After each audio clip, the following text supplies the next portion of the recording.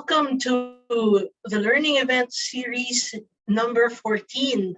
This evening, we will be talking about land use and urban planning.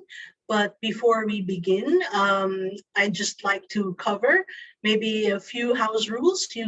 You've seen them already, but I'd just like to emphasize that you may ask your questions in the Q&A box or on FB Live, and these will be entertained at the end of the presentation. Now, I understand that some are having trouble connecting tonight, and there may be some power outages. Just in case you're catching us at a later time, well, we hope that you could still catch up and tune in and see our Facebook Live. Now, this evening, we have with us a speaker that I will be introducing shortly. He is architect Paulo G. Alcazaren, and he completed his Bachelor of Science in Architecture and Bachelor of Landscape Architecture degrees at the University of the Philippines. He received his master's degree in urban design from the National University of Singapore, earning the Singapore Institute of Architects Book Award for his academic performance there. Architect Alcazaren has over 3 decades of experience as a design consultant. His work has garnered him several design awards from Singapore, Kuala Lumpur, and the Philippines. Among his professional accomplishments, Alcazaren was awarded the Gawad CCP Para sa Sining CCP Awards for the Arts in Architecture and Allied Arts in 2015. He is also a writer and journalist with over a dozen books and publications. He was the editor-in-chief of BluPrint Magazine for 10 years and writes a regular column for the Philippine Star. His advocacies are in heritage conservation, along with public parks and open space. He was a founding member of the Heritage Conservation Society. So I hope that you would all join me in welcoming our speaker for this evening, architect Paulo G. Alcazaren. Hello, sir. Hi, thank you, Sarah. Thank you for the great introduction. I know everyone is taking a lot of their time out to attend this learning session. So let me get straight to it. And I'd like to say, of course, good evening to everyone in Dumaguete. Let me share my screen. Okay.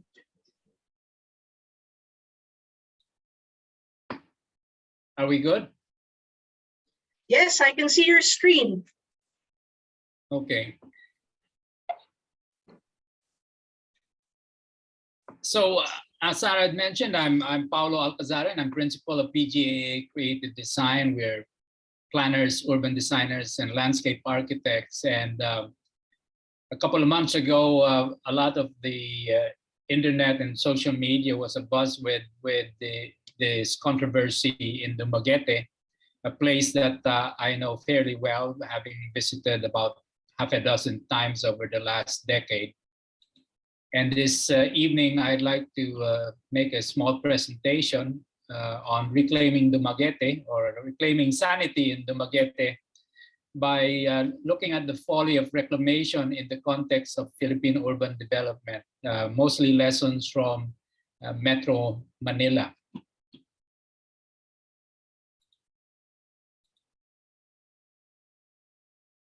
Of course, you all know your city.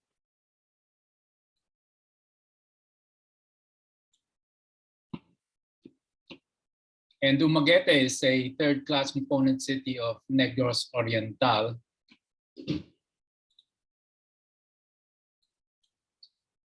One second, I'm trying to get rid of the screen.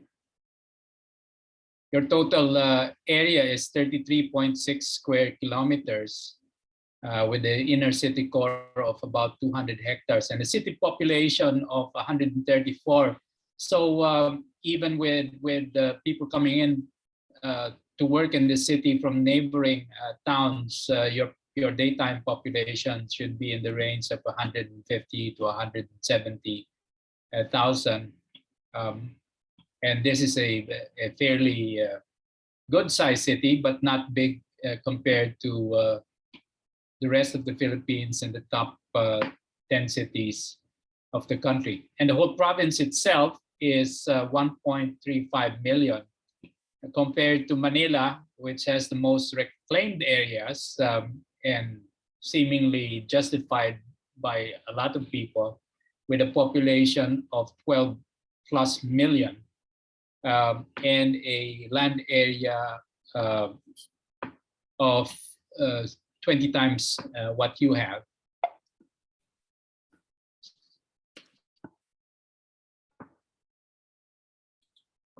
Over the last decade, I've had the pleasure of visiting your lovely city and staying there, and in fact, even one summer taking a vacation up and down the coast as far to the west as Tambobo Bay, and then we went with my wife and kids to not swim with the dolphins, but chase the dolphins in the Tanyan Strait.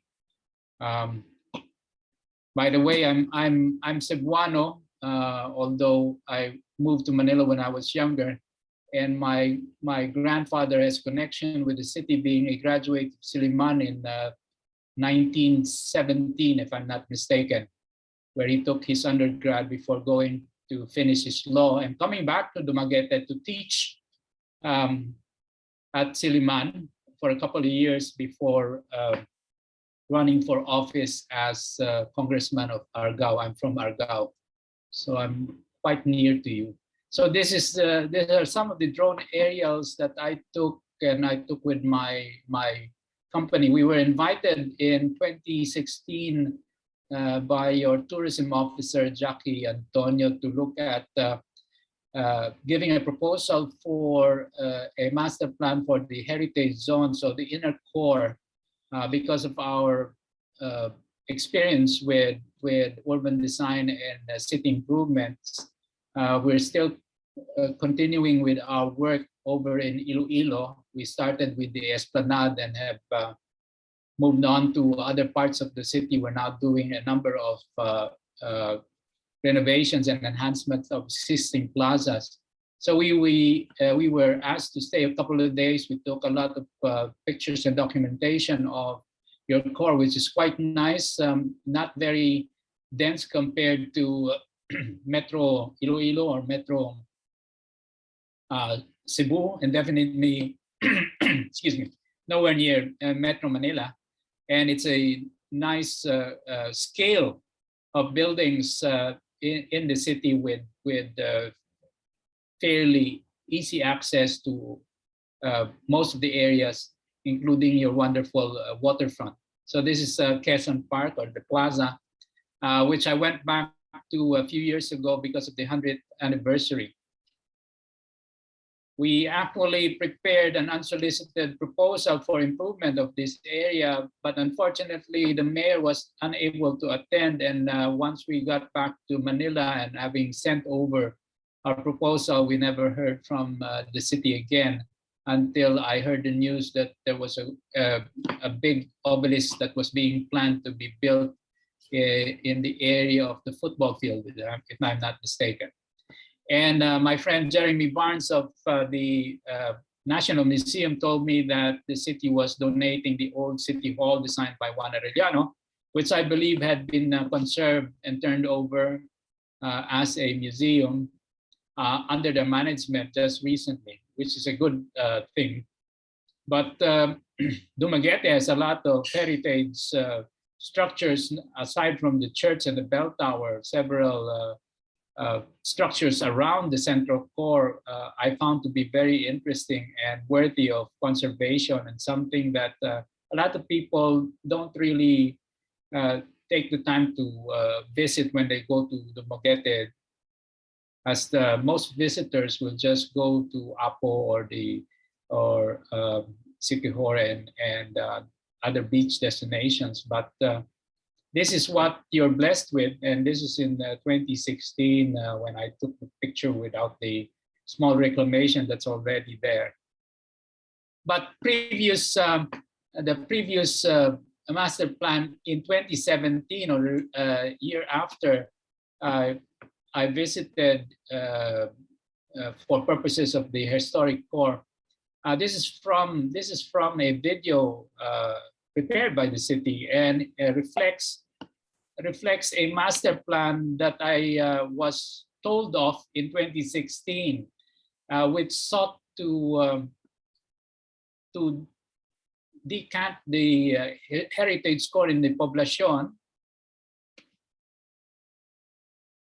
This is the poblacion area and boulevard, and because of the perception of increasing traffic, the strategy was to expand the city towards the uplands, and with the construction of a double highway and border roads, create this schematic or conceptual master plan where the poblacion and the civic center was moved to the geographical center of the city, and hence encourage development behind the original poblacion area, and making it more equitable for the rest of the citizens of the city, and encourage growth in this fairly free area. And I found that this concept was a very good strategy and a workable concept that the mayor had, and that was what I knew was happening as of 2017. So the thought was to create a one-stop shop with all of the regional government centers. Of course, you all know that the provincial capital is also within the city limits, much like Iloilo is, and so too with Bacolod. And there are synergies that can be had from developing around those government centers, as was suggested by the mayor here in the move to the center of the geographical center of the city. So there's efficiencies to be had, and a very good amenity for everyone wishing to do business with both the city and the provincial governments, or at the national level, with this proposed center. I have no idea why this proposal did not push through. Most likely a lack of funding, or some other agenda which came to light just recently, which is this really ill-advised proposal to reclaim over 174 hectares, and compromising the environmental balance, or the ecological balance of your waterfront. And I won't take any time explaining all of the untoward consequences of reclamation. Your wonderful scientists over at Silliman has explained it all over TV and social media and in print, that it really is amazing that anyone would believe otherwise, that reclamation is good for your waterfront, when in fact the science and the data proves that it is not. But I will focus on why reclamation and the density shown in this 174 is nowhere near feasible for a city of your size, and it's any good for even the provincial context of urban development within the province. At 134, and if you project even doubling or tripling of that, you're still at less than 500,000 people within a city, and that's a good size that contains most of the urban challenges that other cities in the Philippines have. Why make your city problematic and inherit the problems that Metro Manila and Metro Cebu has? The advice from planners like myself is that plan carefully and grow with a conscious adherence to a master plan that everyone participates in creating. It should not be an unsolicited proposal by someone who does not know either the culture or the context of your city's soul. So I understand this is an example. This is the port area. Unfortunately, the PPA was able to reclaim this despite resistance from groups in your city, including Siliman. I don't agree with a lot of the interventions of the Philippine Ports Authority as well as the DPWH because they tend to compromise the environmental ecological balance of most of the cities that these projects are foisted on. And that is because it is very much easier for some of our government officers to push projects of this kind because it's, as they say, de cajon, they can already get the funds, they can implement it, and then very little resistance from the local population, which you should change because you have to take the fate of your city into your own hands, and who else is going to benefit? It must be you, and you are the ones living in the city. So this is the small 1.7 hectare reclamation, I think, which was the test bed for what the mayor wanted to put forward as a much larger intervention. So 1.7 and then times 100 is 174. So personally, I don't see the logic behind this, even this small reclamation, as your original waterfront was wonderful already. And I believe the intent was to address some of the drainage or outfall issues, but this is a reclamation is no way to address any of those issues. And it was, I believe, just a cover up for testing the waters, literally, for a much larger intervention that would really destroy the city and its natural resources. And one of the things that the biggest issues, which is also coming from data from the city itself, is this disaster risk map of the city that was prepared for you, by you, and with your participation, pointing to the risk in flooding in Dumaguete because of the natural floodplain of the Ocoy and Banica River watersheds. And the only outcome from reclamation is to put a stopper to all of this and hence exacerbate the already precarious situation in terms of disaster risk and flooding. So this is the same problem we're having in Metro Manila, because the reclamationists are saying, oh, it will solve problem, when in fact the data and the science proves otherwise. Dumaguete can progress and evolve, but it is not the way that Manila has evolved. This is Manila, which is 613 square kilometers, 12.8 million residents, 15.5 million in the daytime. And this is Metro Cebu, 2.8 million. You notice almost a total lack of planning, open space. If you go there, the transport networks for both Metro Cebu and Metro Manila are a mess because there's no comprehensive metro-wide planning that is followed consistently, and hence you have chaos. This is Metro Davao with 2.5, and it's getting to the point where it will not be able to cope. So when I meet people from cities of your size, I tell them always, you are lucky that you are not a mega city with all the mega problems. And this is the time to properly plan your cities and your future, because you don't want to get to the point where you cannot reverse all the negative consequences of ill-advised interventions.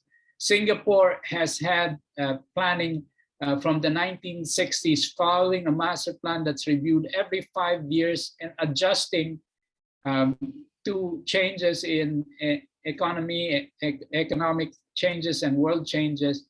Unfortunately, they took the tack of reclaiming because they had no land to grow from 3 to 5 million people. And their recourse, the trade-off they had was to reclaim, but this reclamation enabled them to build their airport, to build more housing for citizens. But this is because they had projected for a population of 5 to 6 million. That's 5 to 6 million. Again, nowhere near the population size of Dumaguete and most cities in the Philippines considering reclamation as an option, because most of the cities in the Philippines do have enough land. It's just a matter of planning and getting the owners of properties within cities to sit down together and together create a plan that would benefit everyone.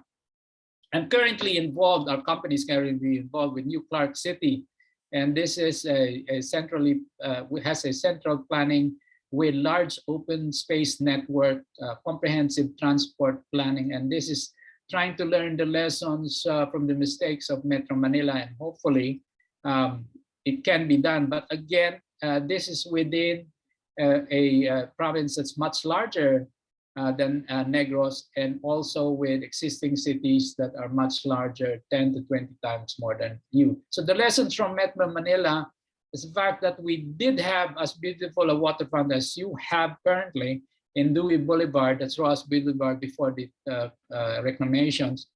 And that went all the way to Cavite.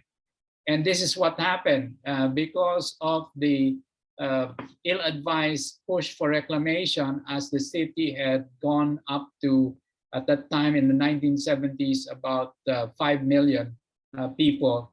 They thought the recourse was to reclaim, but of course this is all in a ploy for eventually selling the land and creating profits for just a small group of people. And of course, eventually we found out that the reclamation led to a lot of money stolen from the people for a reclamation that really was not needed and at the loss of the Manila Bay and the marine environment and ecology that was there. So this is Metro Manila, the southern part with the airport, showing the reclamation for that has the Mall of Asia, Asiana, and the casinos. Again, all of these private developments, and this is how it used to look like. And the reason that it floods in Pasay, Parañaque, all the way down south is because of that reclamation and subsidence, as well as the loss of all of the arable land that was given to sprawl-based development. Again, because of not following any comprehensive master plan for expansion. So these are the lessons, these are the hard lessons that everyone, all Filipinos in the 144 other cities in the country have to learn from the primary city of Metro Manila. In fact, that's 140. So we have to learn the lessons, otherwise we will repeat the same mistakes. Entertainment city, this is from the air, profit and benefits, but from whom there are no public housing blocks, as in Singapore or Hong Kong. There are no parks. It's all just casinos for certain groups of people to lose money and a smaller group of people to make tons of money. And we just don't see any benefit to the ordinary Filipino here, nor to the citizens of Pasay who used to have access to the waterfront, but now they don't. So the ridiculous Philippine, the PRA, the Reclamation Authority, has approved in principle 22 reclamation projects for over 10,000 hectares. And we are fighting this here in Metro Manila because it is all ill-advised and driven just by the thought of profits, and profits only to a certain few. So this will inevitably lead to much worse environmental disaster than what we are currently having. And unless Metro Manila and the national government get their sanity back, it will be, as the current president has famously said, the death of Metro Manila soon enough. So the lessons from Cebu and Bacolod are the same, but in a slightly smaller scale. Cebu followed suit with Manila, which they knew was trying to reclaim in the 60s by having their own reclamation, which is in Mandaue.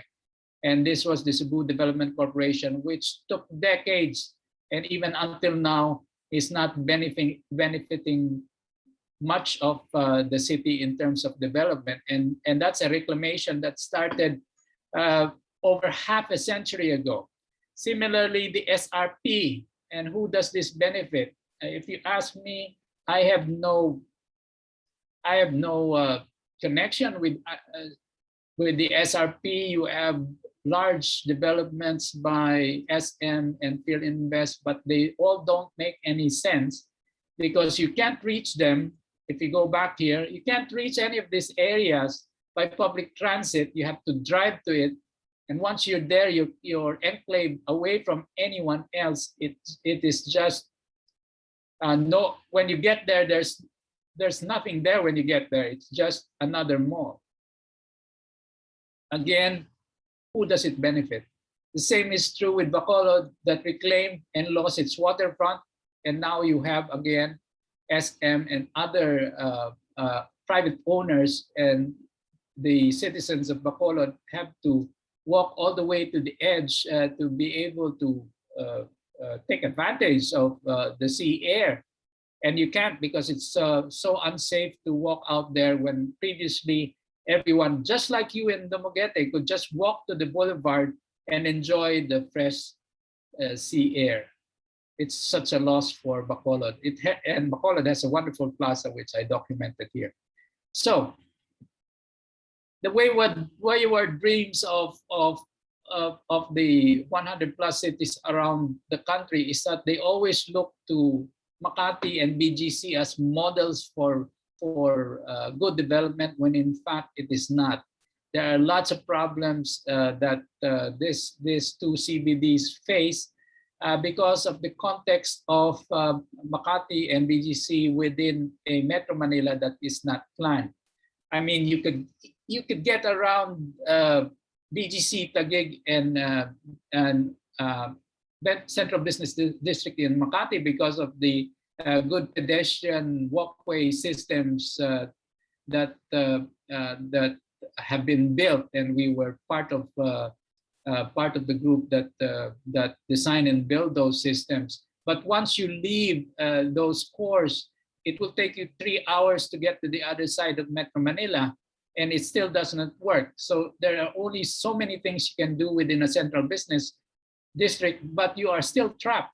So the problems of Metro Manila, even though you have certain areas that are fairly properly planned, all leads to a negative if you want to grade the entire Metro Manila, and that's why it has so many problems of transport, housing, hospitals, and open space, which you don't have at the moment. But if you reclaim all of that 174 hectares and foist these problems on yourself, then you're inherently shooting yourselves in the foot, and it's not your decision. It's somebody else's decision. And let me tell you why the Chinese are so good at reclaiming land from the sea. It's because in China, about 20, more than 20, but about 30 years ago, 30 to 40 years ago, it became a national policy not to expand cities inland because of the concern for the loss of arable land to produce food for the billions of Chinese. And so it was a national law that the only way you can expand cities, especially along the coastline, is to reclaim. And so the Chinese government the city governments all along the coastline from Shanghai down past Macau and Hong Kong all the way to Hainan reclaimed the equivalent of the size of Singapore for all of its cities, but they have all suffered environmental compromises and loss of fisheries. That's one of the reasons why they come to the Philippine Sea to fish, is because of the loss of the habitats of all of the fish along their own coast. So we are paying for their sins, and now they're transferring the sins to our islands. And this is what you're going to expect. And you don't think you want to put this burden on yourselves and your children and your children's children. So we have been able to do projects after espousing for proper urban design and planning in places like Manila. We were involved in the original retrofit for the Baywalk, and this is our work.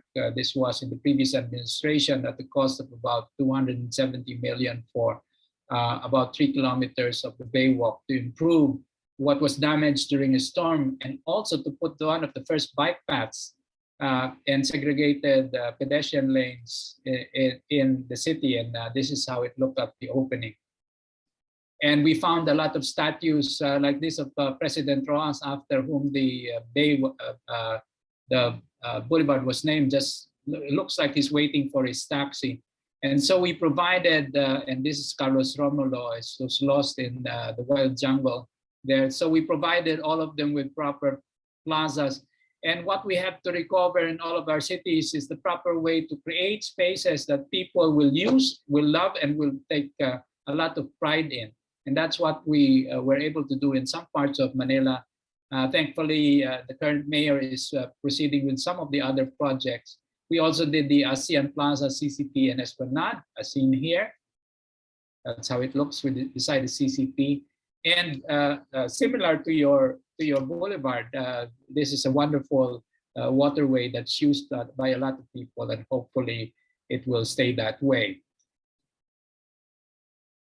So we also did the master plan for Rizal Park and the historic core. Unfortunately, we reached the end of the previous administration, and the money that we had requested from national government was found wanting. Although today some of these projects are being implemented by Mayor Yorme Isko Moreno, and this is one of the proposals that we had, which was to create, much like what we did in Iloilo, an esplanade on both sides of the Pasig River. Hopefully this will happen in the next few years. And this is Ermita and what it could look like. And even the esteros of Manila, which are really famous for not smelling good, this is what can be done. And moving forward in a projection for 3, 4, 5 years from now, when tourism comes back, this is what should happen. So the time to plan is today. Our most popular and successful project has been the Iloilo Civic Space and River Esplanade redevelopment. And this is what we were shown by Senator Rilon and Congressman Treñas, who's now the mayor.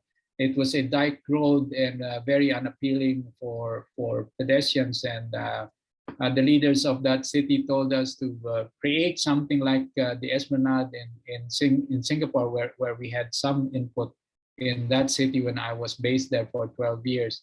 And we designed it. We had stakeholder meetings for participation by all of the citizens. We took the comments, we revised our drawings, we made the design, and we completed the first phase in 6 months at the cost of about 68 or 69 million for the first 2 kilometers of the Esplanade. And this is how it looked when it opened.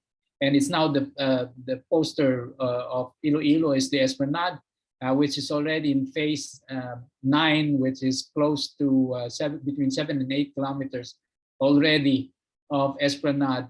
And the biggest takeaway here is that before we started doing this, the cost of property beside the Esplanade was somewhere between 3,000 and 4,000 pesos per square meter.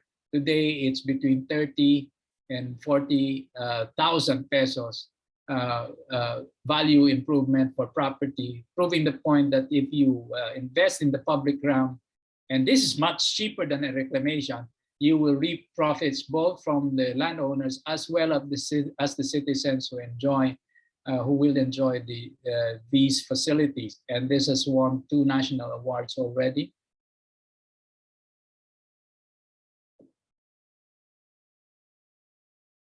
And you can even take a boat ride at night. And this is something that you could do with some of your river fronts to continue what you already have along your boulevard.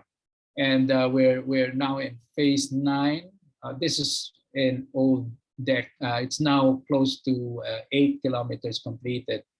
So I'll show you a little video of the development. So the Esplanade, we started with phase 1, and now we're in phase 9. And what has happened because of the improvements to all of the value of the land has improved, and people have reoriented their businesses towards the river.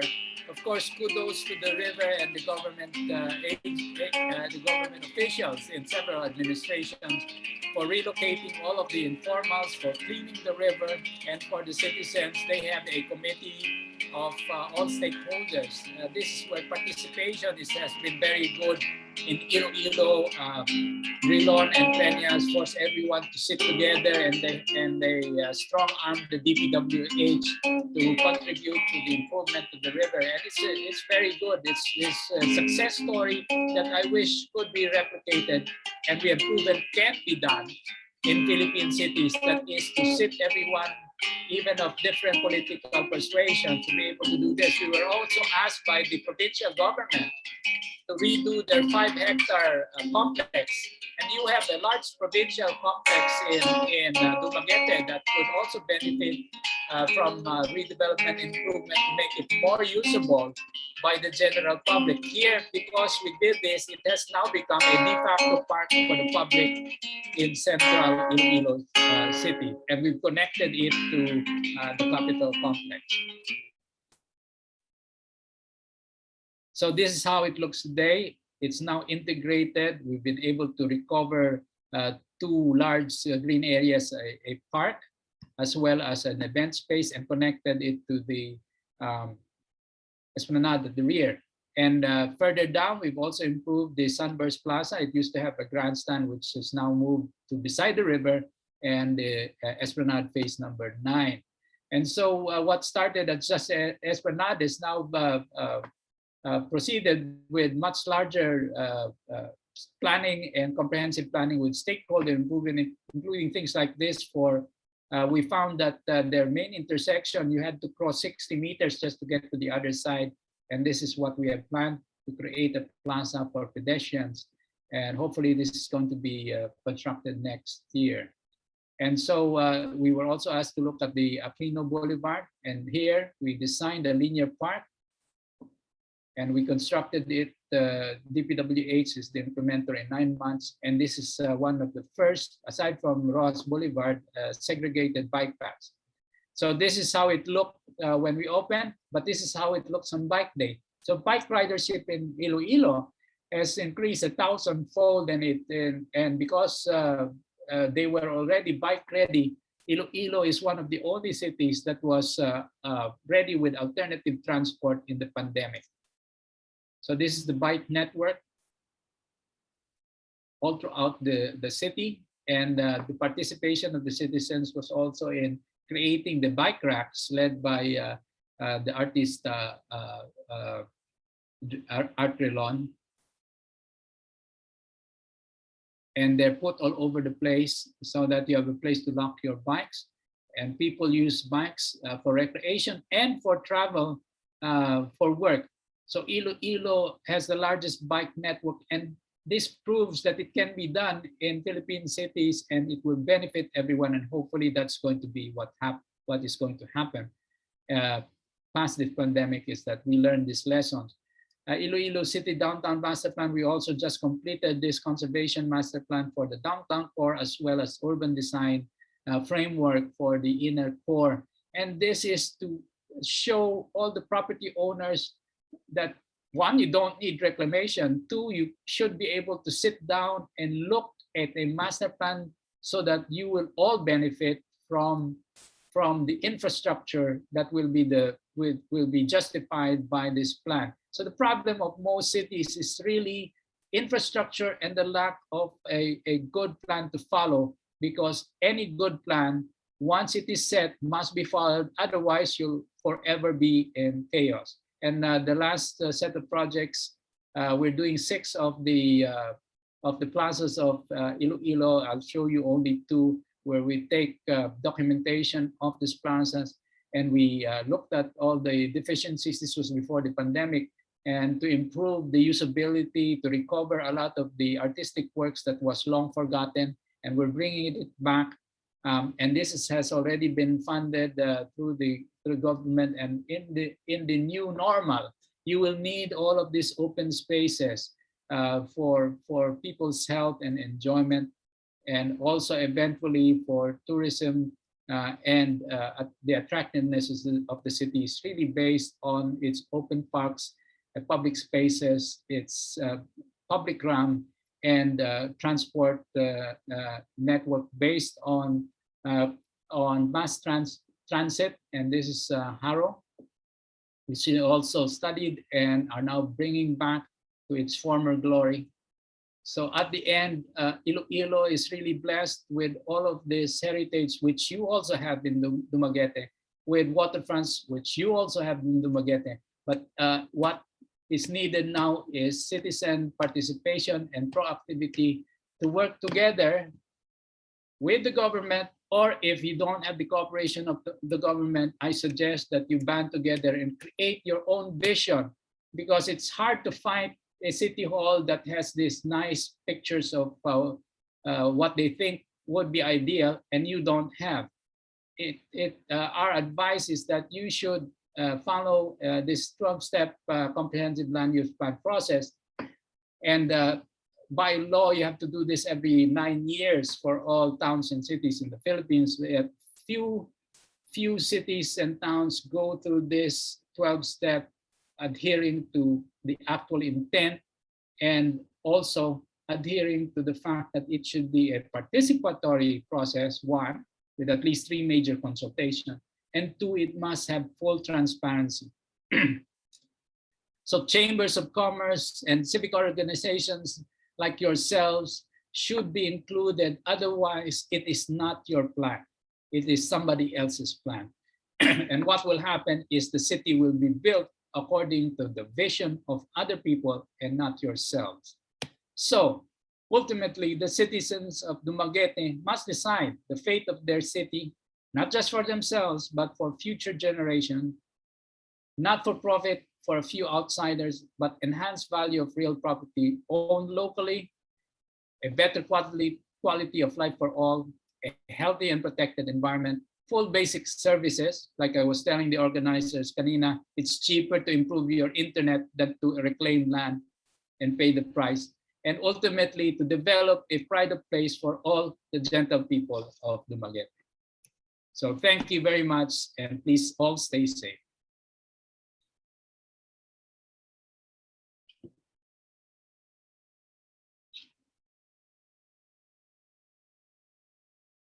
Zara, you're muted. Sorry, yeah. Sorry, I was thanking you, sir, for that presentation. It was very comprehensive, and I learned a lot of new things. But before we proceed, I would like to apologize for the internet connection issues that we have been having. So on behalf of the Dumaguete City Coast Lions Club and Rotary Club of Dumaguete South, we apologize and ask for your understanding, as there have been internet connection issues earlier. No problem. All right. Yeah. Sir, so we have some questions here that I will be asking you. I will be reading from the Q&A box, and you may proceed to answer them, but please know that you are also free to decline if you feel that this is not within your expertise, sphere of expertise. But please do feel free to comment as well. Now, Shoot. yeah. I like what you said about the Iloilo Esplanade. Actually, it was my first time to see the extent of the urban renewal in the area. I haven't been there in over 15 years, and it was such a good showcase of what comprehensive planning can do when you involve the stakeholders and the process is thoughtful and consultative. I'd like to ask, how long did it take from perhaps the inception of the idea to where it is now, phase 9? It's been 8 years. When we were first called in, we took a look at the old that dike road, and we were shown how the river was already in the process of being cleaned up. The informals had already been moved downriver, which was very good. So the city had already addressed some of the basic problems of informal settlers and even formal ones. In fact, Drilon was able and Trenes were able to move away some squatters who were councilors who built restaurants by the river. So and that shows political will. Right. So they were able to clear, and they cleared everyone. So no one was treated differently, and they were able to start regrowing the mangroves. And the esplanade was a natural extension of the original project of cleaning the river, because what use is cleaning the river if you don't take advantage of the proximity to the river? And in all other progressive cities in the world, if you go to Melbourne, you go to San Francisco, you go even to Hong Kong, all waterfronts are prime property because everyone wants to be by the water. The views are the best by the water. You have the amenities by the water. In the Philippines, it's different. We treat our rivers like sewers, passing is a sewer. But in any other country, it's the most expensive property because that's where everyone wants to be. And there are reasons for that. Is because the air is generally quite much cleaner beside the water. Your views are great. And oftentimes that is where the center of activity is. So that's what Iloilo wanted, and we had to go through the process of bidding for the work. Once we got it, we took, like I said, 3 months for design, which involved 3 stakeholder meetings and even a seminar with the DPWH. And we were then able to implement the first phase in, like I said, in about 6 months. And then each phase would take about half a year, with some lag in between, depending on how the money was channeled from national government through the internal revenue allotment, or from the pork barrel of one of the officials. But it was channeled through the city, who then had it implemented by the DPWH. And it was a challenge to try and make everyone understand. See, the problem with designing cities is that often the DPWH does not know how to build cities. They know how to build roads and bridges, but not parks, plazas, sidewalks. That's not their usual thing. So we put the DPWH and the plantilla over the Iloilo City Hall through a seminar to show them what we had done in other countries, like in Singapore and Malaysia, and how urban design was an important component to building cities, because cities are not just buildings. Cities are buildings, the spaces in between, the transport networks, the open space, and the civic spaces. And this is what makes places like Hong Kong or Singapore and even Kuala Lumpur good places to live in, because they are complete, because the infrastructure is there, not just the buildings. So Iloilo had gone through a learning curve, which took about 3 or 4 years. But now they're operating this on their own.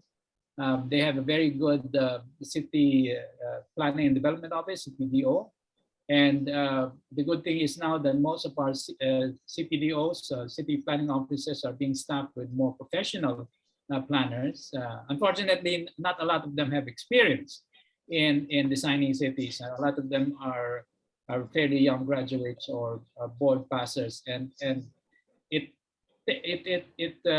it is advisable that you get people with experience. I'm not the only one. The Philippine Institute of Environmental Planners and the Philippine Association of Landscape Architects, there are about a dozen firms that have the capacity and the ability to design cities and urban and spaces in the cities.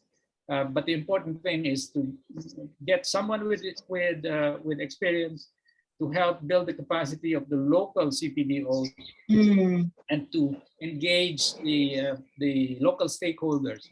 Now, the stakeholders in Iloilo, we also, during our stakeholder meetings, it was also a learning process for them to understand the language of city building and urban design. Our problem in the Philippines is that our citizens in our cities and towns, because we have not been building good towns or cities, do not even speak the same language as the planners and the designers.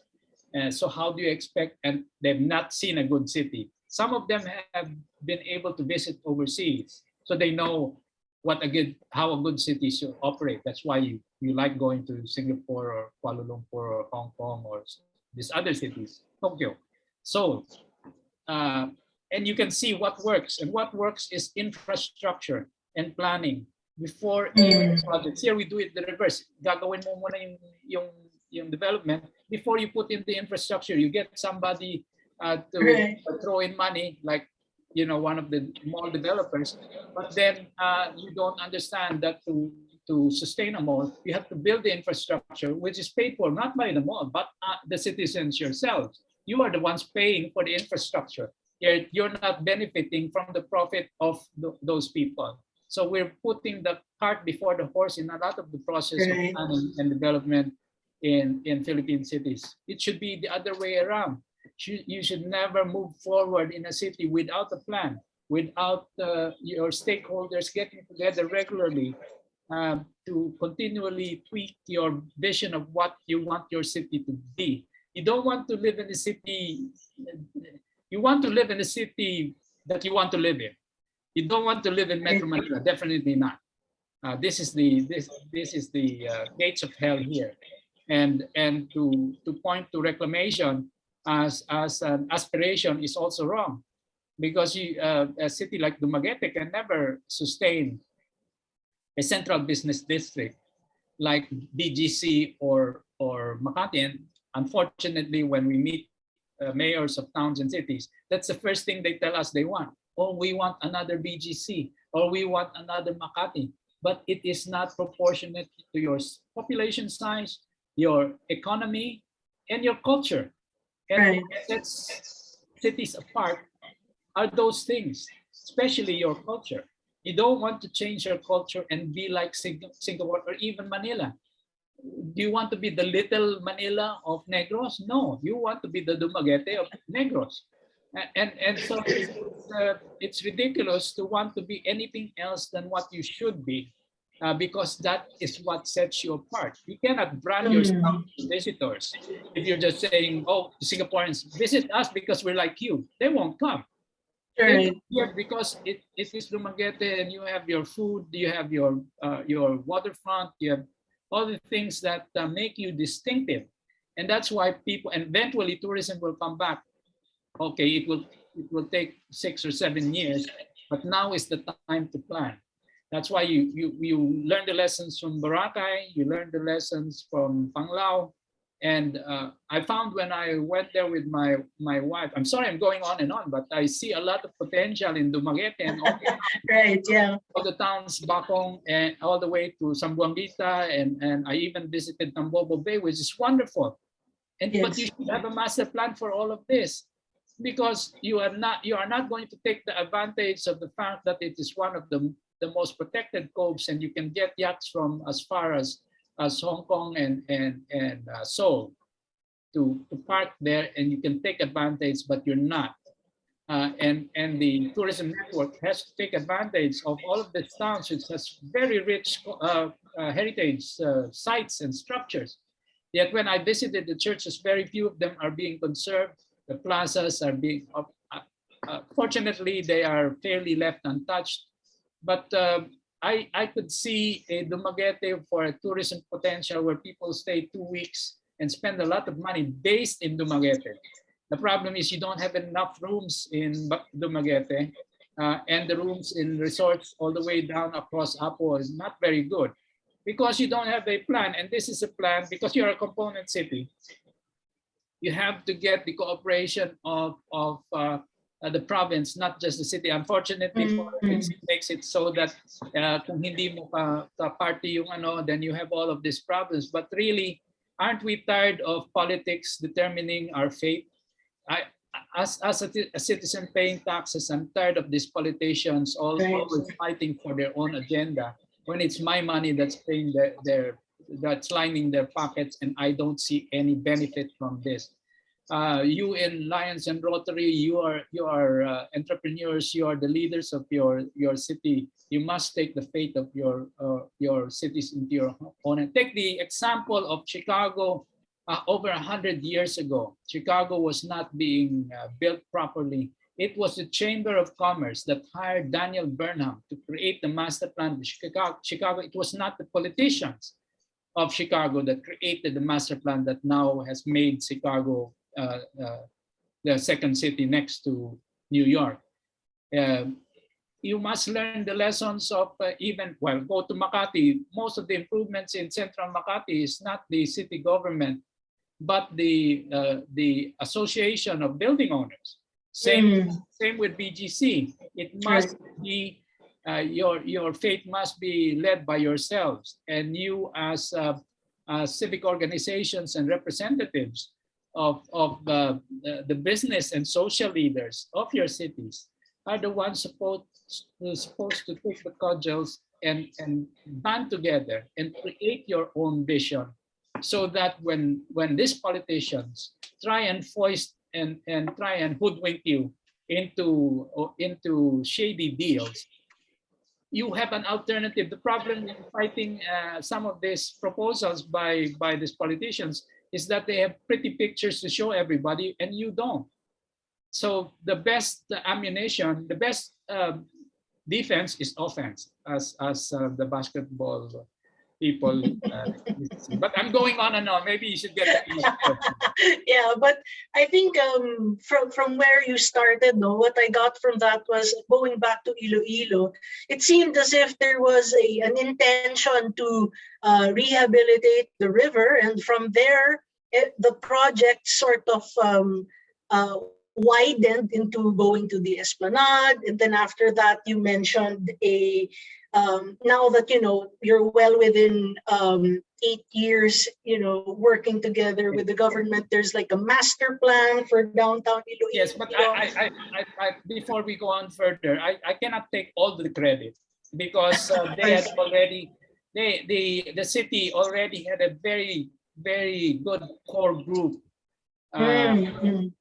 of business group. There was a business group, most of the owners of the old buildings in the center, as well as a group of very good architects of the UANP who was pushing for conservation, and the city hall was also very proactive, and they were able to get a grant 15 years ago for the first master plans for the center, and it led also to the creation of the ordinance for the conservation of the heritage buildings. But it also led to a plan for business improvement in that population core.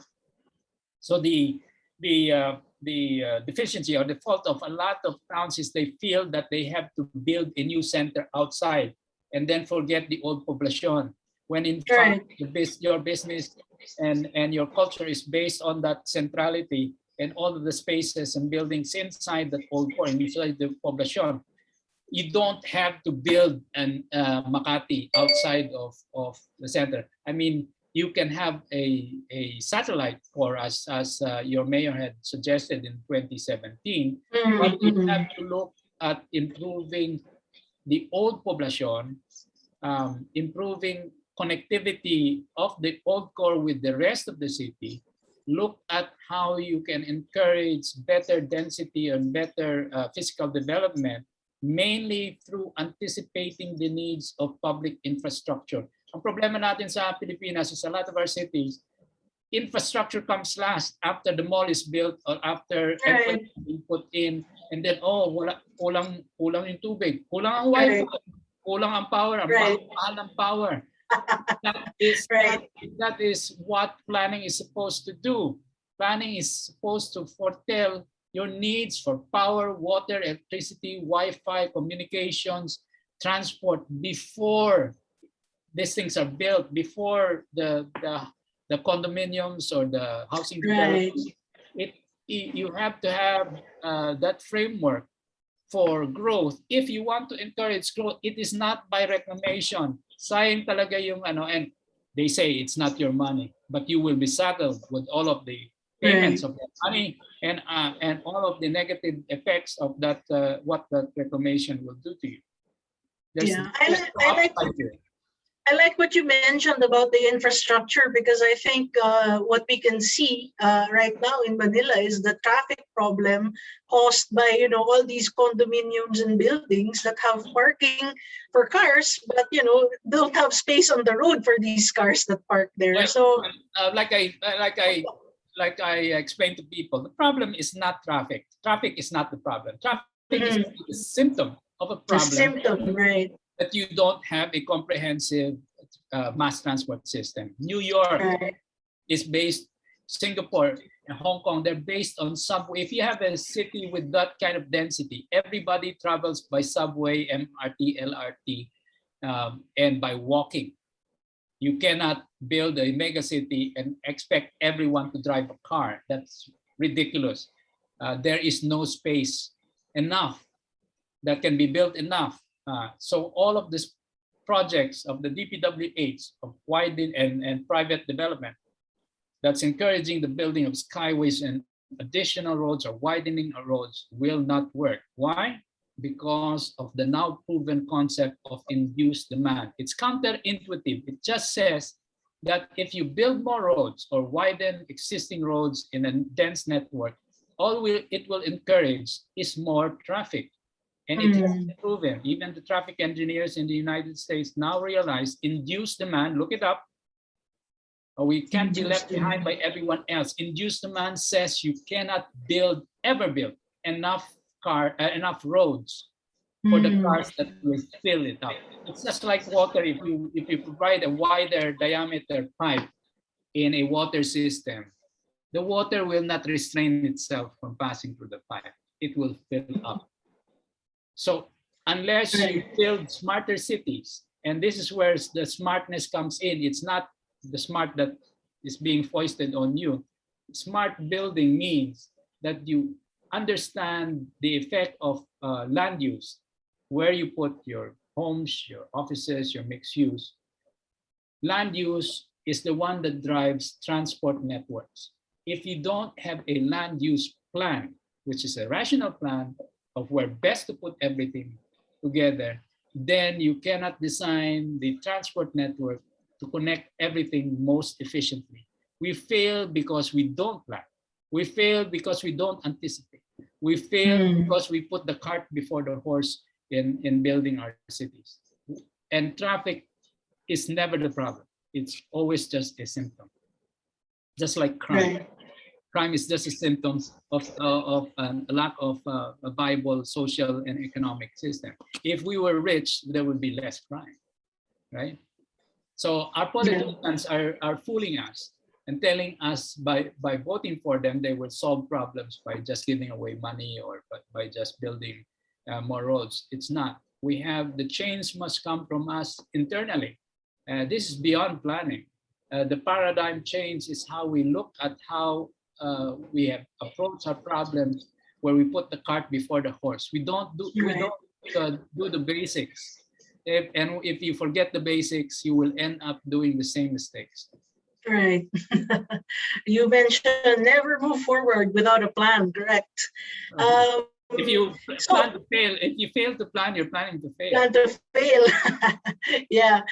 So I'm going to read from the questions now, sir. There's one here. You mentioned a Dumaguete master plan circa 2016-2017 that aimed to decongest the city center. Whatever happened to it, and was the plan ever approved, ratified, formalized by the LGU? I believe you answered this already earlier, but would you like to comment? I have no idea what happened to the plan. I'm not from there, and I'm not in the stakeholder list. So ask your city hall, because City Hall was supposed to identify the stakeholders to be consulted at least 3 times in that process. That means you should be able to go to City Hall and ask for the list of stakeholders they consulted. And then eventually the Sangguniang was the one who approved all of this, the comprehensive land use plan, which is an ordinance. So this CLUP, the ordinances that come out of it must be consulted with stakeholders and then put together and approved by the Sangguniang as law for the city. And so if you're not part of the process, then you're not part of the process. They marginalized you. They created their own vision and passed it, and then they're after their own agenda and not yours. So the onus is on you as citizen to participate in the process or be left out. All right. But to clarify, in 2016, you were invited by the tourism office headed by Jackie Antonio, and you prepared an unsolicited proposal for improvement to the area, which you submitted later on but didn't hear back on. Is that correct? I mean, we get a lot of these requests. Not everyone responds, especially government. We try and do one government project every few years. We don't make money from it because it's part of our giving back, and we don't take anything under the table. So we'd rather deal directly with mayors or above board all the time. I mean, there are situations. I will not name names when consultants will just get into cahoots with government officials just to get projects done. But we stand by the products of our designs, and we never get involved in anything that doesn't benefit our clients. And I don't like to see people waste their time or their money, especially people's money, in building something that won't benefit them. Yeah.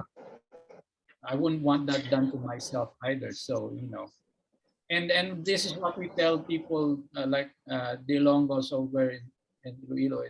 We always want to share what we've learned, like overseas, to increase the capacities of their plantillas, like their CPDOs. We encourage all of that because eventually you have to do it yourselves. And the success for anything that you build in the city, 90% of that success comes in the maintenance of this improvements after it is completed. Wow, 90%. That's right. Is that 90%? Yes, I've designed parks in Singapore, and they're exactly the same as I designed them 20 years ago, because Singaporeans know that investment in maintenance saves more money at the end, so you don't have to build it again. Well, of course, tell me that that's the modus operandi of some government, is that they make it to fail and disintegrate after 3 years. Right, so you can build it again.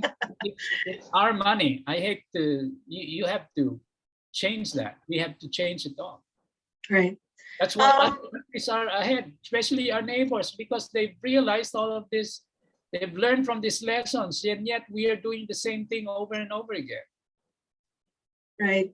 Perhaps it boils down to political will, as you said. In Iloilo, what I gather is that there was a confluence of stakeholders that actively took part in the project. Now, going back to the Iloilo project, there's a question here asking, did you have a foreign subcontractor involved in the Iloilo Esplanade project? No, of course not. You don't need Okay. any. There's no need for any foreigner to come in. There are over 500 licensed and registered landscape architects. There are over 6,000 licensed and registered environmental planners. There are over, I think it's 60,000 licensed and registered architects. A lot of us have experience from overseas. There's no need for anyone from overseas. And most of the projects which involve public space is much cheaper. A kilometer of linear park is 1/100 the cost of a kilometer of highway. A pedestrian bridge is 1/20 the cost of a vehicular bridge. Yet we don't spend enough money for pedestrian networks, sidewalks, or open space. When in fact, especially now with pandemic, you all want to go out and be able to use open space, but you don't have it. Right. You don't have hospitals. You also don't have housing. So the focus of government has been, the priorities have all been wrong. So next year you have to vote for only those people who have in their platforms housing, hospitals, open space, and planning. Right. Maybe I should run. You'd have a good platform to stand on. I'm too old to go on. I don't think so. Never too old to contribute, I think, sir. I have a question here. I think you answered this earlier, but it involves the relocation of the coastal families of those that were affected by the multi-phase esplanade. I understand that it was the city that took up the cudgels for this and removed the squatters before they started talking to you. Is that correct? Yes, they were relocated. Let's not use the word remove. They were given relocated as per the law. Again, when it comes to informal settlers, it's part of a much larger problem in all of our towns and cities than relocation, or it's a problem of housing. So in the Philippines today, your backlog in housing is always between 5 and 6 million. That figure has been around for 20 years. I suspect that the backlog is maybe 10 to 11 million housing units nationwide because of the number of cities and towns. But government has not adjusted that, and government has not addressed public housing requirements, which in other countries are addressed first as priority. If you take Hong Kong or Singapore, in the last 40 years, yes, in the last 40 or 50 years, both of them have built approximately the same amount, 1 million housing units. And that will house 5 million Hong Kongers and 5 million Singaporeans, roughly. They have built that number of affordable public housing connected by infrastructure and serviced by market, schools, and everything else. They built 1 million, right? So for us just to catch up, going by the official figures, we have to build 6 times what Singapore built in the last 50 years tomorrow just to catch up. So that is the immensity of the problem we face. That's why we can never catch up. But we have to start somewhere. So unless we start, we will never be able to even dream of catching up to the bigger problem of affordable social housing for everyone. If you look at it, there is opportunity for private companies to make money, except that government doesn't see the need, because they want to keep everyone a squatter within their city limits because there are their votes.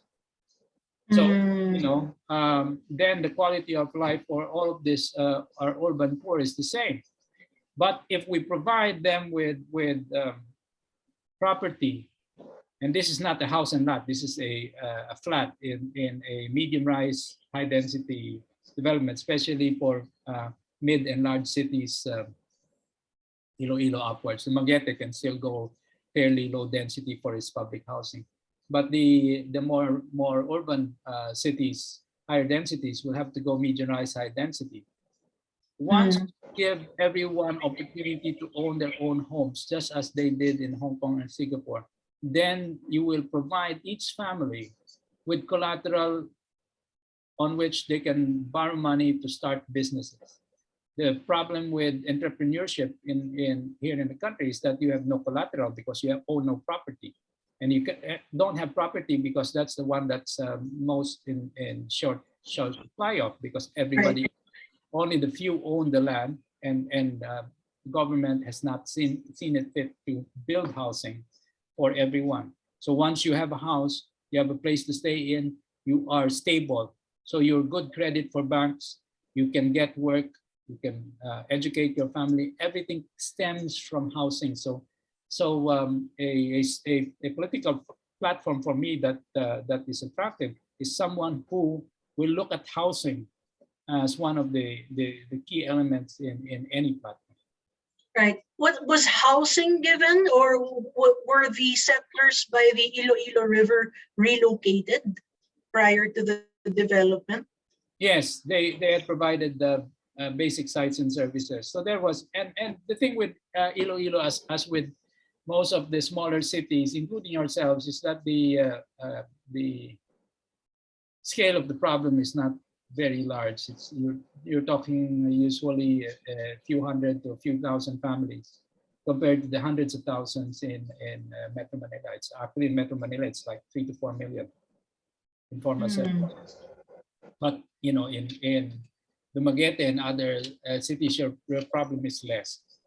So the solutions to social housing in smaller cities is different. It would probably be more in lower density developments, but it has to be within the city, so you don't have to spend money to go out and come back home for your work. It has to be within the city.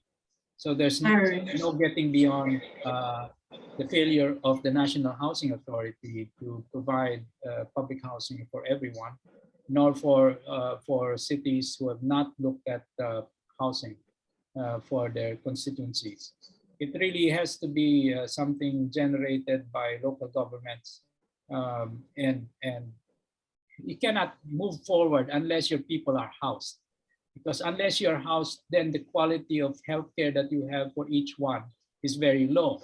So the efficiencies, like in Hong Kong and Singapore, you're inefficient if you're sick all the time, or you live in houses that and communities that make you sick. Especially now, the pandemic, the vectors of the virus is exacerbated by the densities of the informal settlers because they are not provided, say, the housing that they have in Singapore, where you're able to isolate yourself, right? Yeah. I mean, you don't have to be luxuriously isolated, you just have to be isolated. But here we don't even have that. So we have no future as a country and as cities and towns if we don't provide housing for everyone. If we don't, then we are not prepared for the next, knock on wood, pandemic or calamity. These are all basic things. It's all common sense, except that in the Philippines, it's not so common. Yeah, I'm afraid so. I'm going to ask a few questions, a couple on wastewater treatment. There's a question here: Dumaguete having no wastewater treatment facility, how can you advise the mayor on how to solve this problem? The mayor is always insisting that the wastewater treatment facility, given Dumaguete's current layout, can only be located on reclaimed land. How can I say it delicately? That's hogwash. All right. No, of course not. Our engineers are world-class engineers.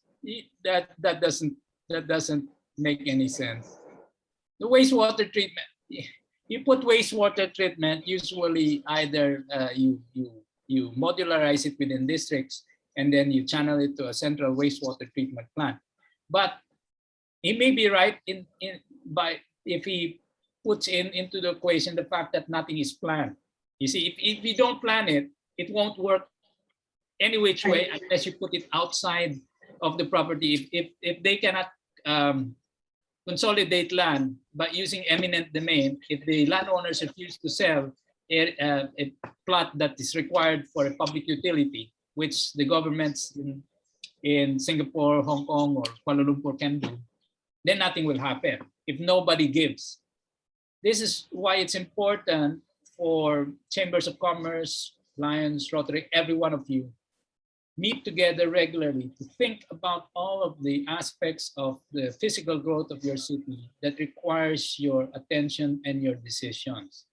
Informed decisions, not decisions just based on how much will I make from my property, but how much will the whole city benefit? Because unless the whole city benefits, I won't benefit at the end. What benefit will you get if your city does not, hindi aangat yung lungsod nyo if all you think is about yourself? Because we're in this together, and especially as you grow, everything is connected. So he may be right. He may be right in saying that's the only place I can build it because nobody will sell their land for public utilities.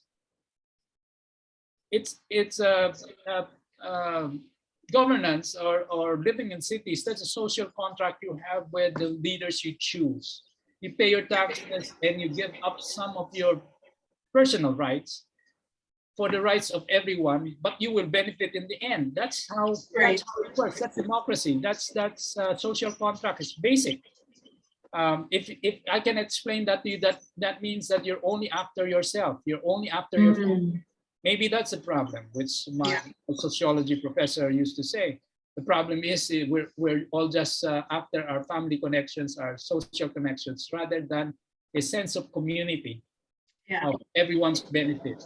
So how do you develop civic sense or civic community if you don't sit down together, be different groups like yourselves, but with as many other people as possible and discuss all of your problems, because the problems are all common to all of you.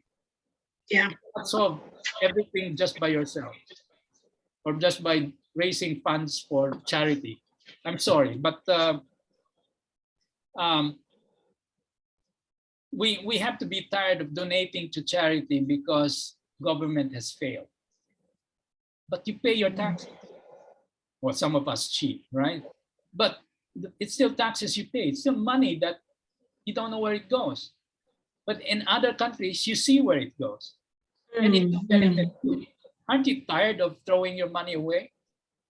Aren't you tired of being harassed by the BIR and then not getting anything either locally or nationally? You're all tired. So, to hell with all of the politicians. If they don't deliver, we'll just change you. That's how we should all look at the elections next year. Right. People should vote. Well, you start locally. Yeah. It starts with who you vote in your city. Right. Thank you for highlighting that there's no shortage of professionals who can actually do the planning for this wastewater facility if you really wanted to. There's a connected question to that, asking if it's possible to put up a central wastewater treatment facility for household wastewater, because the DENR can only prosecute those who are in business in terms of enforcing the Philippine Clean Water Act.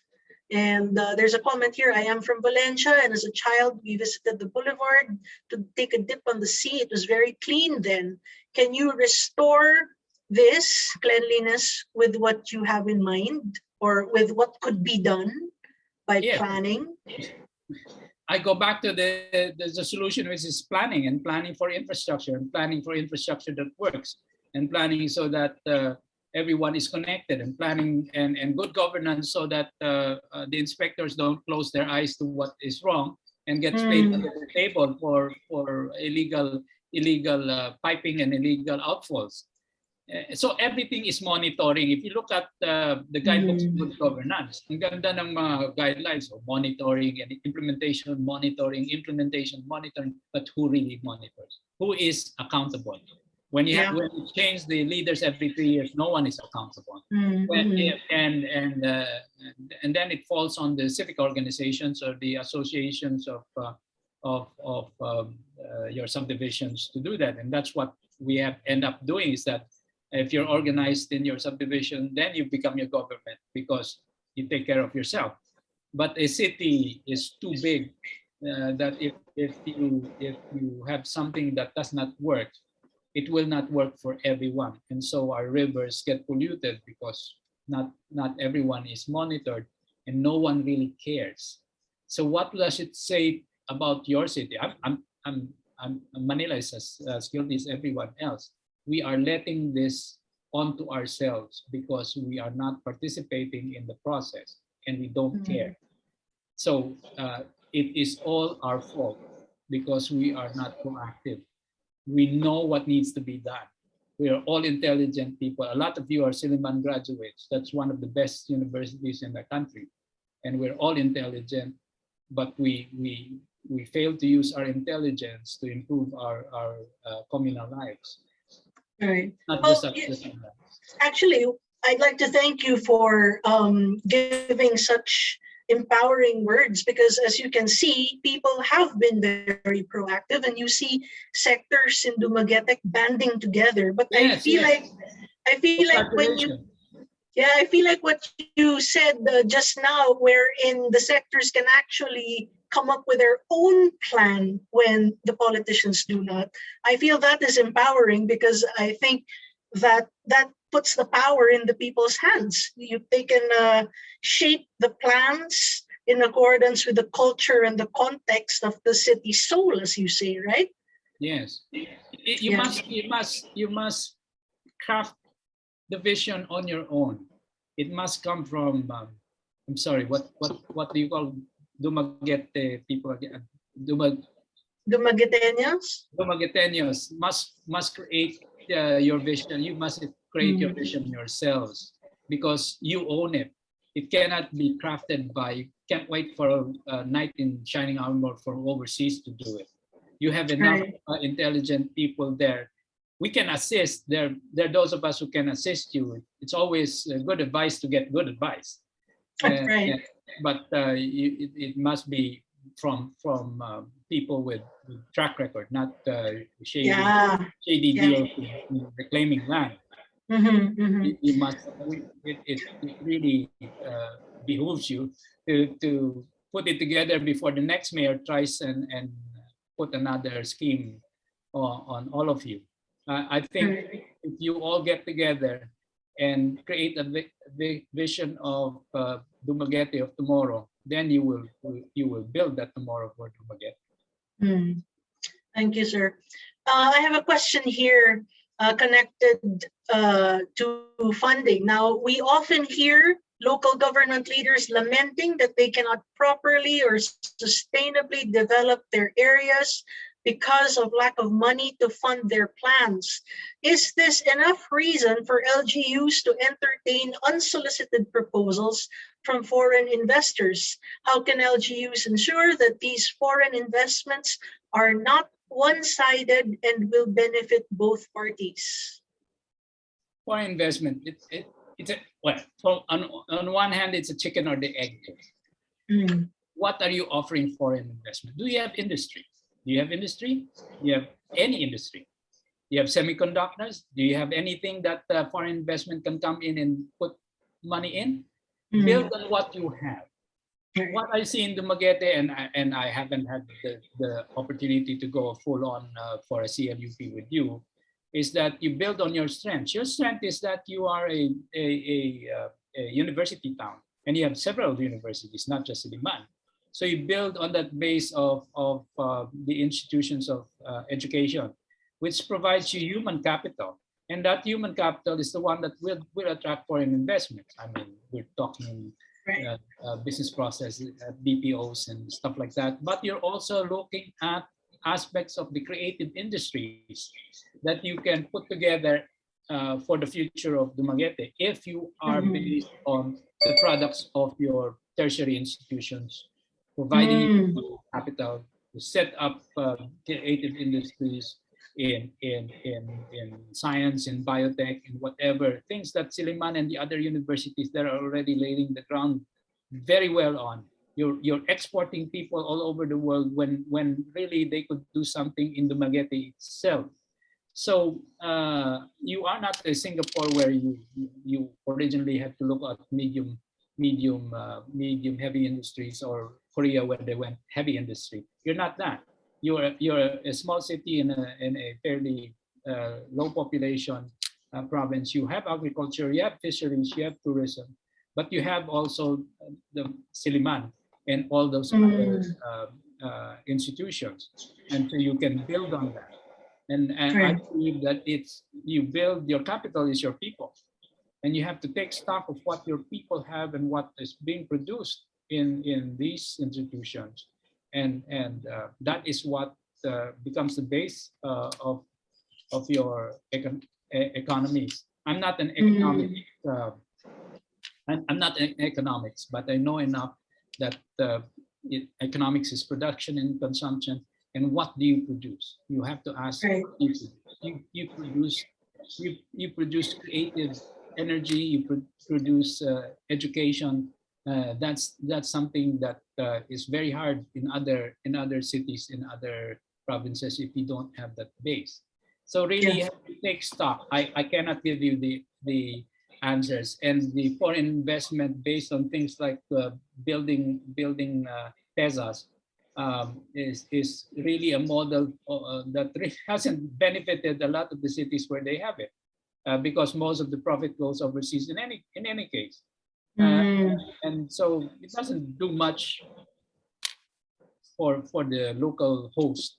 It may do something for the region or for the country, but not the city itself specifically, except for housing and some labor, if it's labor intensive. But you don't want to do that. You don't want just to be call centers, right?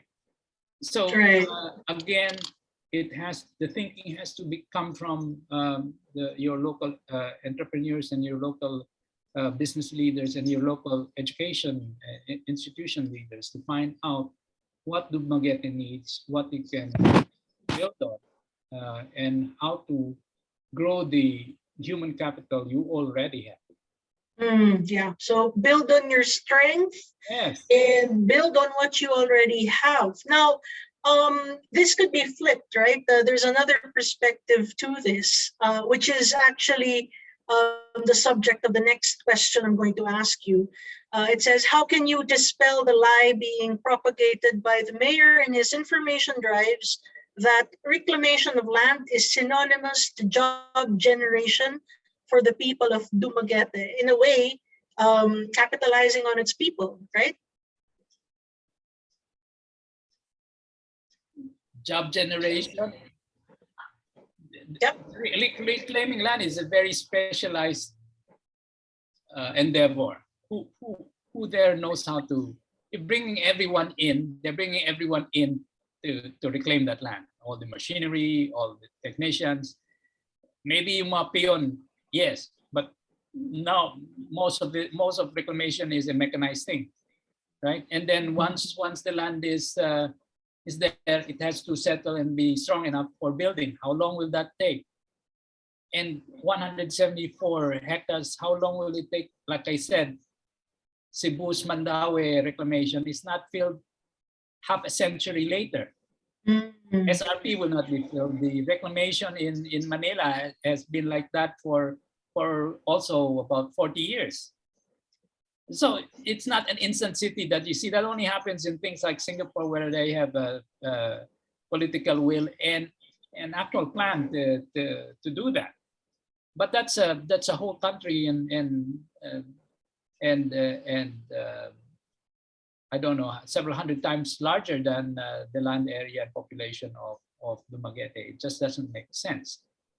So it may bring jobs for some people, but it will not. It's not. What are you going to do there? What jobs is he talking about? Ask him to give the specifics. do motherhood statements. It's always to create jobs, but what is the business? What is the business plan? Does he have one? So Well, normally when you do a CLUP for a city, it's based on an economic plan set by the city itself. So when you do your planning, you have an economic development plan, which is also following the provincial economic development plan. And then based on that, there's a physical framework plan for the province, for which the cities also must have a counterpart physical framework development plan. And this is the basis of the CLUP and the ordinances, physical development in the cities. On paper, it works, but it's never followed, and everybody just twisted to their own agendas. But for it to work, you must have good people looking at it and doing the process properly so that you can benefit from actual planning rather than just filling in the blanks and then pushing your own agendas, because nobody is accountable. That's a problem. None of the people we elect are accountable. There for 3 years, you're making money. I mean, I'm talking in generalities, but everybody, that's common knowledge that this is how it happened, because I'm tired of seeing my taxpayers' money disappear. And we all know, right?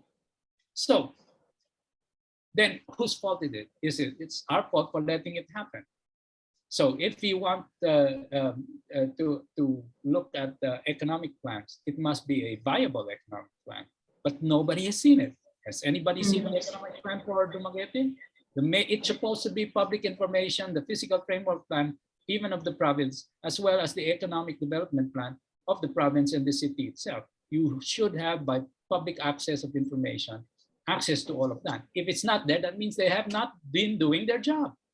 Have to do this in cycles of 9 years. Right. Well, jumping off of that, can you mention a single reclamation project here in the Philippines that actually contributed positively to the local population after the said project was completed, whether environmentally, economically, culturally? None. Even the cultural center is sinking. And that was built on reclaimed land, which is ill-advised. Right. Thanks for that categorical answer. None. Unless you are Singapore desperate for additional land, and they had to level mountains, build their housing estate. And then you see the trade-off was housing. They knew they needed housing, but they had land. So you cannot point to Singapore as the model, because it had very unique challenges and Malaysia had just thrown it away. Abdul Razak just threw Lee Kuan Yew away, right? So they were desperate. The British had abandoned them. So desperation led to single-mindedness to be able to provide housing, provide an economic plan, which they followed to the letter. Right. All right. There's a question here. Ano po bang pwedeng gawin doon sa mga tinatawag na untouchable, lalo na kung sila mismo yung violators? Untouchable violators of environmental law or perhaps that's a social question I cannot answer. The solution lies in the society that allows it. I mean, we're all complicit if we let it go. The only thing that it takes for evil to happen is for good people, I'm not to say men, good people to do nothing, right? So, there's no such thing as untouchable if you are true to your, if you stay the course and are true to your mission of creating a better society. Right. All right.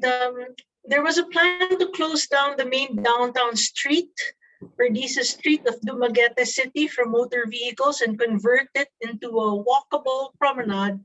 Considering that our roads are narrow, is such a plan feasible?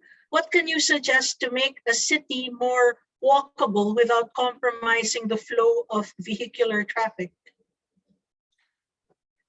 Yeah, well, it is possible.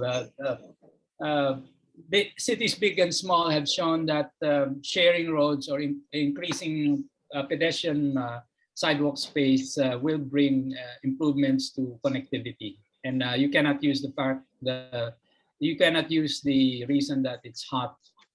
It can be less hot if you plant trees. It can be more comfortable if your sidewalks are comfortable, are not compromised by curb cuts where people park their cars on the sidewalks. So if you create a physical settings that make it easy to walk from corner to corner, you will walk. In the old cities, people walk 1 kilometer to everywhere because it was faster than taking a horse or taking a buggy or today taking a car. That's why you can walk. You walk if you visit Singapore or Hong Kong or New York. You will walk 2 kilometers. Here you will not walk 100 meters. It's because the sidewalks are comfortable. It's because the subway is just nearby. It's because it's safe and it's well lit at night. If you don't make it comfortable or safe for people to walk on, a city will not be walked on in. Studies have shown, especially during pandemic when they had road closures and pedestrians only, that foot traffic has actually increased profits for F&B and retail compared. You see, because if you say, "Oh, I cannot exist if I don't have parking in front of me," and my storefront, say your storefront is only 20 meters. How many cars can park in 20 meters? Not very many. Not very many. Right? It's only maybe 4 people and you don't know what they will buy. But if you, in a lot of European cities that have closed their streets, it's the shop owners themselves who are forcing the city to close the road because they, especially when tourism comes back, there are more foot traffic. It's foot traffic, not car traffic, that determines how many people come inside your shop. It's not the number of cars. And then again, you have to make it comfortable for people to walk on. It must be PWD access friendly. It must be well lit at night. It must be well maintained. So it goes back to planning and then the specific aspect of city planning, which is called urban design, which design sidewalks, curbs, connectivity on the ground, lighting, signage, everything. It's a specialty that has to be learned. But once you learn it, it's easy enough to implement because it's like a kit of parts. That means if you know how everything should work, then you can design for it in any city, which we're doing in Makati to replicate it to make it more pedestrian friendly. And we won awards for it just recently. And it can be done. So, and it's not car-based transportation. It's all walking. And then in Makati, Rob C. and his group for the Pasig Transport Department is doing miracles with bike paths. So there are best practices already locally, which Dumaguete can follow. You don't need foreign consultants to do this because we know how it can be done. It can be done. But it has to be part of a larger plan. You cannot do it. Sige, sarahan natin to. Maraming magre-reklamo because it's not planned as part of the larger context. And you cannot you have to be able to explain to people. You will have to wait a while. It will have to be part of the larger plan of improvement. Essentially, you have to look at district improvements, not just singular streets. Right. So a lot of consultation and coordination. Yeah. I mean, for those of you interested, because of the pandemic, there are so many things you can look on YouTube and video streaming. I would suggest you stream the episodes of this City Beautiful. If you go to City Beautiful, and this Canadian guy has wonderful examples of urban design, very easy to absorb. And there are a number of others.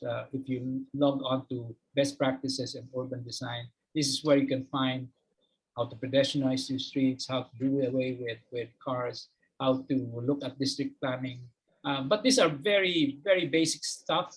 Of course, and there are various aspects of planning, say legal aspects, you as a lawyer, and this has to do with how to craft very good ordinances so that Yeah. you don't look like you're constricting people. You have laws have to be um, relatable. Otherwise, nobody Yeah. will follow them. And you have to Yeah. lay the context for a law. Otherwise, no one will follow them either. And so, Right.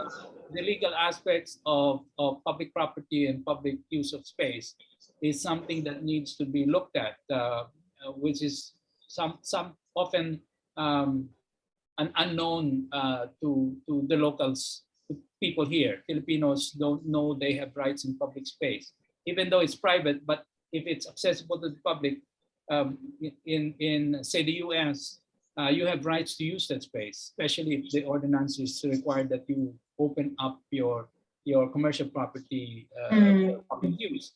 Yep. And there's very interesting aspects of the law because you're looking at the greater good for the greater number. And at the end of the day, everyone benefits because you have all of these amenities, and it makes your not only your building or property better, it makes your district better, it makes the city better. Everything is connected. Yeah. So I think that's one of the things you have to realize that all of these are connected, but you Yeah. have to start from a plan. Yeah. Thank you for that. There's a question here, and I have a couple more. Are urban planners trained the same way? The proposed 174 reclamation project has an urban planner consultant. How come the potential problems you mentioned were not considered? Well, of course, there are good planners and there are planners who follow the agenda of their clients. So, just like there are good lawyers and there are not so good lawyers, right? Right. Yeah. Yeah. So it all depends on where you're sitting and whose benefit you're working for. A couple more. Good evening. I live in Coronadal City, where a 6-lane national highway cuts literally through the city center, which is bad land use planning based on DPWH's own guidelines, because it cuts off people from schools and commercial areas, residential and other parts of the city. What should the city do to fix this, and what can we, the residents, do to convince the city and DPWH to do action about this? Well, if it's DPWH and it's a regional project, then it was approved by, it had the imprimatur of the Regional Development Council and or province. So, and national if it's a much larger network. So if it's part of the interconnectivity at the regional level, then the decisions have been made at that level. Of course, since you are the affected city, you have a right to they should have consulted you. But oftentimes, they go through the motions of consultation. That means they would put out the notice in the paper to not really be too active in getting any people in the stakeholder meetings. It's essentially bulldozed until of course it happens. And sad to say that's the way things are done here. So unless you, the only way you can counter it is to organize concerned citizens and fight national government or at least the regional government against this. I mean, what benefit will it give? If you're trying to connect cities, you don't have to punch through the inner core, which I find you have rights of way issues already just punching through the core. So it's not even logical. So there must be there are specific agendas to that, which in all probability would point to someone making a lot of money from the deal. I mean, I have to say that because I've seen too much of my taxpayers' money just get thrown away. But I'm sure you know. So the thing is to organize and make your voices heard. Get good lawyers on your side. That's what I can say. And we're grateful that Dumaguete does have and has been advocated by good ones in the society. We have a couple more questions here. How to achieve a financially and socially sustainable development, all while minimizing the risks to the environment? Are there categories to be followed or that you recommend? Is there a recommended ratio of open space versus population versus land area? That's an interesting question because I think in Dumaguete, population density is about 4,000 inhabitants per square kilometer, if I'm not mistaken. Well, that's a 2-year diploma course at the School of Urban Development. Of course,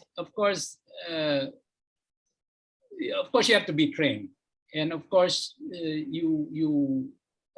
the best way to look for solutions is to find similar places and peoples with the same problems and see how they cope with similar problems, and then see whether their solutions can be adapted to address your problems. So it's like the MBA method. You find best practices because I find that Western models of urban development does not apply to Asian models or Philippine models. And so what we're trying to do over at Academe is developing our own local knowledge to see how urbanism and planning is fairly young as an organized profession and practice in the Philippines.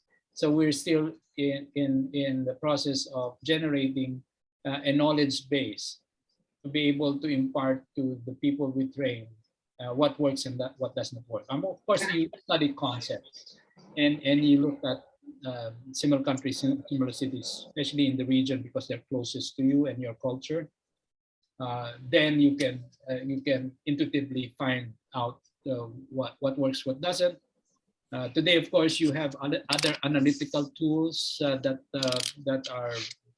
can be very data driven. So there are things that can help, especially when it comes to auditing the situations of cities. Planning now benefits from relatively easy access to aerial maps and GIS information. So geographic information systems is not that expensive compared to before.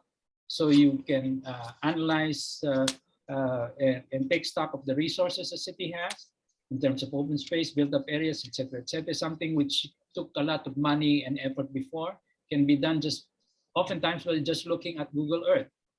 I find it fascinating because 20 years ago we had to pay several 100,000 pesos just for a single image that Google Earth now has at your tips of the fingers. And for runners like some of us, we can look at an aerial image and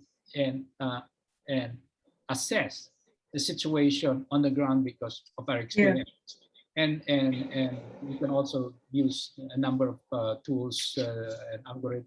That can generate through GIS data that is real and that can be used to tell you, oh, this is what could be the best use of this land. This is how traffic modeling can be done also through a lot of software that's available. So the profession of planning has benefited a lot from computers and technology, but it still goes down to the fact that you have to plan, that you have to get the data, that you have to study the city as much as possible and the people and how they use the city to be able to find solutions. And then you experiment with the solutions and in the process improve your approach to finding solutions. And this is where the city planning offices need to have a continuity so that they can build on what previous administrations have done. The databases, important for cities to have a database that is always up to date and that can be validated by uh, things like GIS, which tells you where all your pipes, well, all your septates goes. In Singapore, they know where every sewer pipe goes, so they can monitor people. And then monitoring is then taken away from people who are paid to look the other way. And that can be done. And there are a lot of things that are very exciting and that can get us to fight the graft and corruption that's inherent, systemic in government, right? So Yeah. this were institutions like Siliman can, and as I understand, Siliman was trying to start a program in at least architecture, hopefully in planning. So there are lots of things that you can do. It's too difficult to explain in one sitting. It's several webinars, and I've given a lot this past year. I'm actually over webinar, but I took the invitation because it's a Magete and you have something very urgent to fight. Yeah. And thank you for taking the interest, because I think what you're saying is we have the talent, we have the technology, and the plans can be made. The plans can be made. Yeah. And you can make them. It can be your plans. Yeah, and we can make them. The citizens can make them. Okay, so I'm going to read 2 comments and 1 final question. A comment here, very informative and empowering talk. It opens up a lot of more sustainable development options for Dumaguete and nearby areas. Another comment, a respected urban planner, we definitely need to be on board in improving the city. And the final question for this evening, there is a regular protest that is going on in Dumaguete, and even the fisher folks and divers have come out protesting this project. The mayor insists that these protests are ill-placed since there are no plans yet. What can we say to convince those who take the mayor's side on this? He says there are no plans. Correct, yeah. How can there be no plans if you got videos and you got names and letters of quote unquote understanding? I mean, the intent is there, right? I mean, you're a lawyer. You cannot deny that there's intent. Between intent and the crime is a short jump, right? So it's hard to, like I said much earlier, I think the message I'm trying to impart, really the most important thing, is that it's hard to fight someone who has intent. And intent based on his or a group's vision of what they want, if you don't have an option for people to look at. If you don't have a better vision of what Dumaguete could be, how can you fight it? It's hard. You have no offense. You're always on defense. And being on defense, that just doesn't hold water in the political universe. You must have a vision yourselves. And time to create that is now. Yeah. Wonderful. And I think maybe the plans being referred to here were the actual feasibility studies and all the other economic plans that should have been prepared for the citizens to look at and to sort of guide in the planning of the rest of the development. So, like you said, if you fail to plan, you plan to fail. Yes, let me reiterate the lessons learned from 100 years ago, from when planning was starting, and who pushed the agenda of planning, like in Chicago. It was the chambers of commerce, it was the civic organizations, the people in power who had business interests, but they knew that the interest of the entire city was also their interest. It would not benefit them if the city deteriorated. So they knew that they had to plan their cities.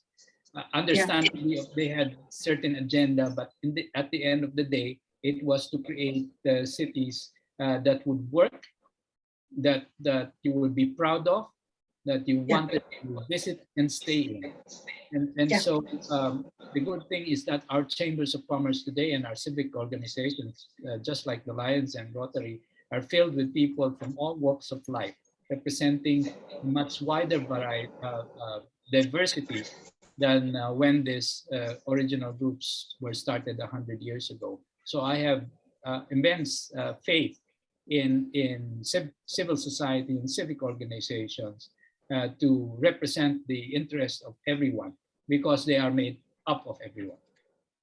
Right. Wonderful. If you have anything else to say in closing, sir, please do. Anything else to add to that? The only thing I can say is let me know what happens, because I'm very interested. I feel for Dumaguete because I'm a neighbor. I visit my hometown every now and then, and I feel I'm still Bisaya, so I have a great interest in making sure that the region prospers. Right. Thank you. Thank you so much for contributing your time and your expertise. We, I think, have greatly benefited, and it's really opened up, at least a host of possibilities that can be done in terms of capturing a vision, a collective vision of the citizens of Dumaguete, and hopefully putting that into a workable plan. And it's great that in spite of the circumstances that have brought everyone together, something good is coming out of it in this sense, right? So thank you so much for your time, sir. Well, thank you too. Daghang salamat sa inyong tanan. Have a good evening. Bye-bye. Bye-bye. All right, so there you have it, everyone. We heard from architect Alcazaren. He has reiterated the need for having a plan. He has emphasized that we have the talent, and the tech makes planning easier and possible. And he issued a challenge. The challenge is the solution lies in the society that allows it. And so with that, I would like to just thank everyone for coming tonight. On behalf of the Dumaguete City Host Lions Club and Rotary Club of Dumaguete South, we thank you for coming to every event series, and we would like to continue inviting you for 2 more learning events for the remainder of September. We have Learning Event Series 15, Wider Implications of Dredging and Island Building, and Learning Event Series 16, Coastal Valuation of Marine Ecosystems. And with that, I'd like to remind you that we have these videos posted on YouTube. If you haven't liked our Facebook page, it is Learning Event Series, and you will find the upcoming events there where you could post your questions in advance. And we thank you. Thank you for joining us tonight, and we hope you have a good evening.